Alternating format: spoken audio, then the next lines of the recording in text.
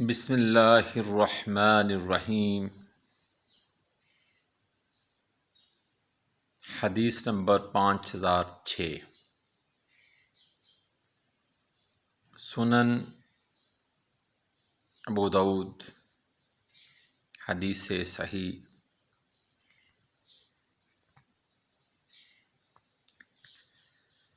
حضرت ابو ہریرہ رضی اللہ تعالی عنہ سے روایت ہے کہ رسول اللہ صلی اللہ علیہ وآلہ وسلم نے فرمایا، جس نے گفتگو کا ہیر پھیر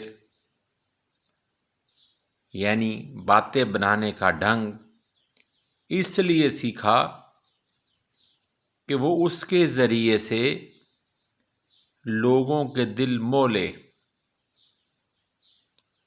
تو اللہ عز و جل قیامت کے روز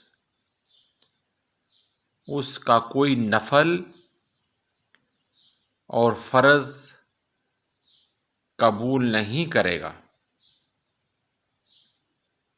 استغفر اللہ استغفر اللہ۔ یعنی کچھ لوگ اپنی باتوں کے ذریعے جو لوگوں کو بیوقوف بنانے کی کوشش کرتے ہیں اور خود بہت تیز اور بڑے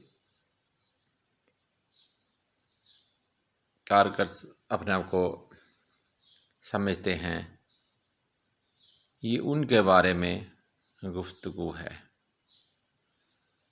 یعنی کہ کسی دوسرے مسلمان بھائی کے ساتھ دھوکہ دہی کے لیے اپنی چرب زبانی کی وجہ سے یہ کرنا